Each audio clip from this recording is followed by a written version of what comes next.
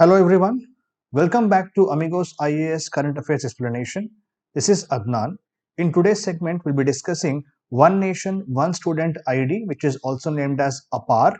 So this is in news. So let us understand what is this APAR and how is it helpful in India to modernize the education. So let us go to the basics first. The Union Education Ministry has recently notified the state governments to start the process of introducing this APAR ID. What does it stand for? Automated Permanent Academic Account Registry. So the keywords we have to focus here. It is automated, digital, permanent, it is lifelong, academic related, of course, account registry. It is basically a registry which has our data here.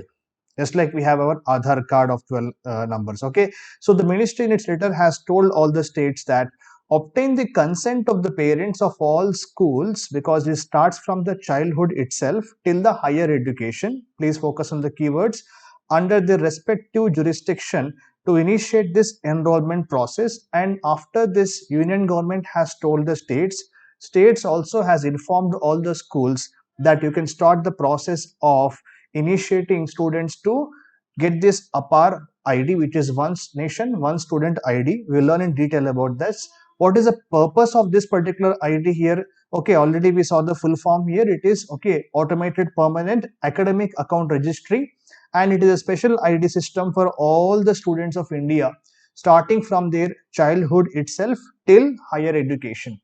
Under the initiative, each student would get a lifelong permanent APAR ID. And what is the advantage here?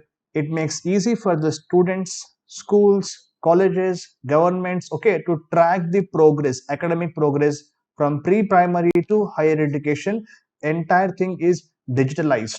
Okay, this also serves as a gateway to, already we have something called as DigiLocker, okay, in which we can save all the documents safely, securely. So students can use this APAR ID also to get their data regarding their credits, certificates into a type of DigiLocker. Okay, we can call this APAR ID as a type of, okay, EduLocker, education locker, where you can share the data of the students, their performance, their skills, any certificates. All this will be shared digitally. That is the advantage of this. Okay, so exam results are there, report cards are there. Okay, all this can be accessed anytime because it is online here. You don't need to have the physical copies of those particular certificates. So of course, what is the purpose for which we require this? Either you are applying for jobs, or you are applying for higher education, or if you are applying for scholarships, all the time you will need something called data. So if you have the data which is in digital format, seamlessly you can transfer this data. It can be accessed by any of the agencies. So hope you're understanding the important points here. And the next one, why was it introduced here? Because as we know, India has brought, okay, new education policy 2020, and the intention of course is to modernize the education system in India. Fine. So in this, what they have done is, no need to have the burden of carrying physical documents. We need to make it simplified. It means the admission process, the administrative process have to be very simple here.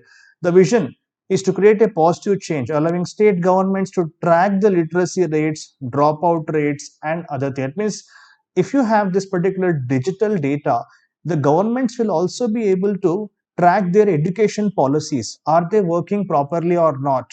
They can track the student performance, and the governments can change their education policies to see how many students are actually having this literacy levels, how many are dropouts, and what is the learning outcomes of those students. Once the government gets this data, the governments can then make effective policies to bring qualitative education. That is the main purpose here. Okay, fine. And this was told by Anil Sahasrabudhe, okay, chairman of what is this National Educational Technology Forum. This is an autonomous body, NETF. Okay, it is also established under the new education policy 2020.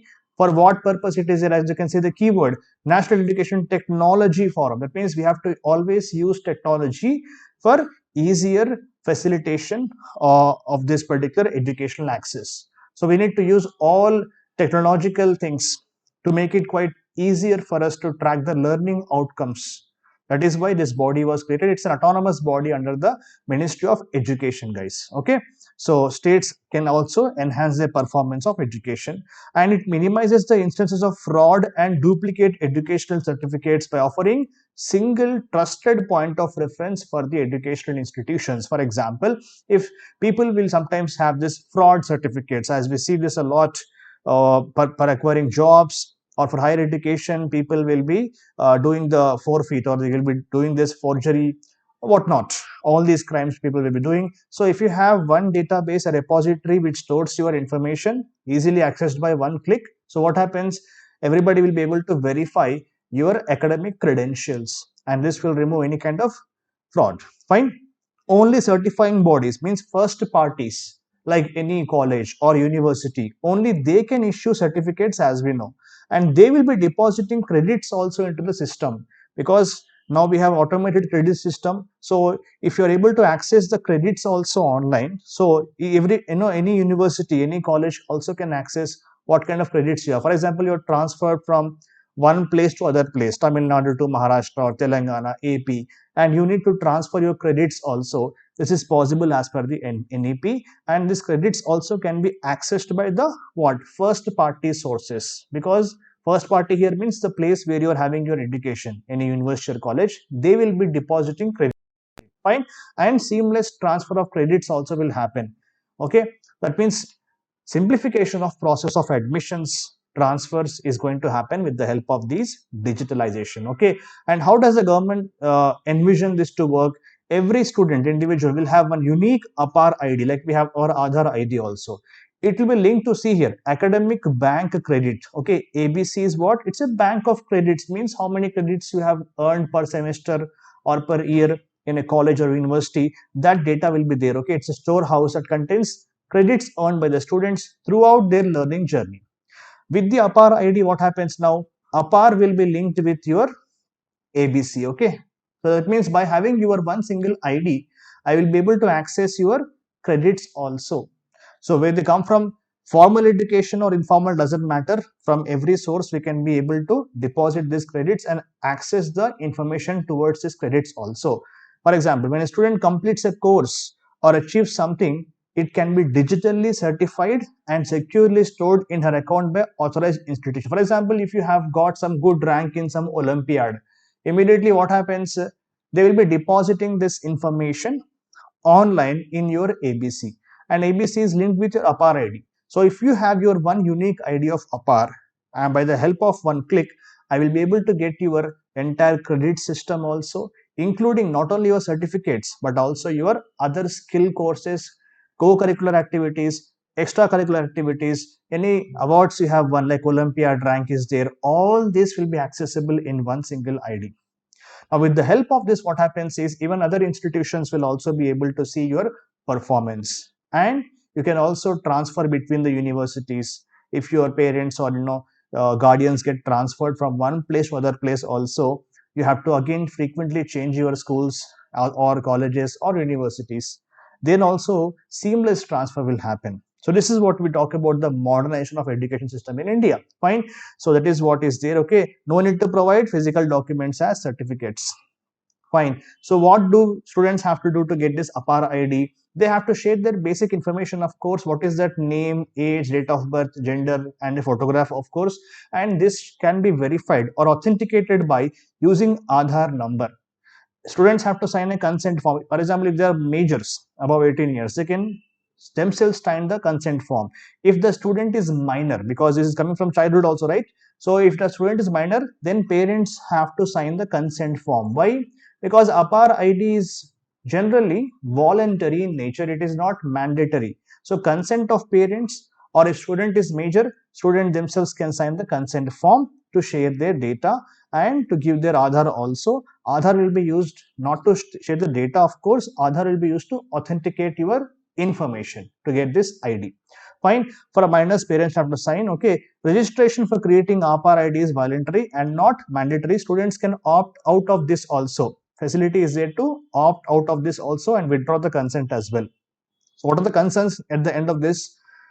Aadhaar, of course, because Aadhaar itself is having data breaches, security breaches are there. So people are worried. If you ask for Aadhaar, how will the Aadhaar data be stored?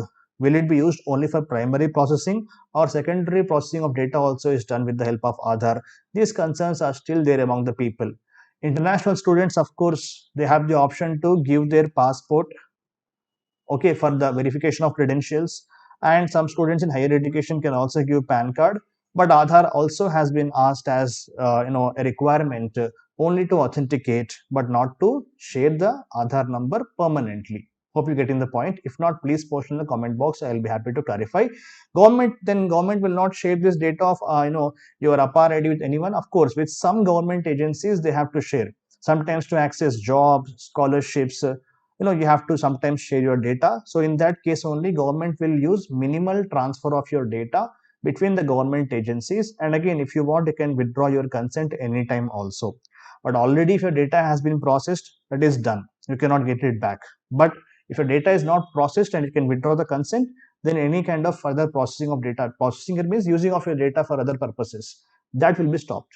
Fine. So data, government is saying it is confidential, it won't be shared by third parties except for some educational initiatives. For example, like we have this Unified District Information System for Education Plus. This is a database, which is having data regarding the schools, teachers, and students. In this database only, sometimes the data is transferred, but for remaining agencies, government is assuring they won't be sharing this data, what you give through your APAR as well as ABC. So you can stop anytime for the government from sharing the information, okay, and data processing will cease upon withdrawal of consent. But if any personal data already has been used by the government, that will remain unaffected. So this is the some of the important concerns. Benefits already I told you, okay, concerns also are there.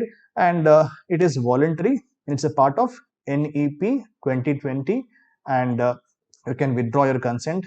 The advantages is that you can be having easy transfer of your credits, information, and for transfer of your schools and colleges, and also to have only one single digital ID where you can access all the information. Sometimes physical copies will get lost, so digital copies are actually a good idea. But concerns are regarding data breaches and how your data is used by any other party. Hopefully you understood the topic. And one question before I end this particular video: consider the following statement regarding National Education Policy 2020. It replaced the existing 10 plus 2 school system with a new 5 plus 3 plus 3 plus 4 school system. Second one, the age group for right to education is now 6 to 18 years. Earlier it was 14 years. So which of these statements are correct or incorrect? Correct basically is the question. So please post in the comment box. I will also give the answer tomorrow. That's it from this video. I will see you again with the next video again. Thank you.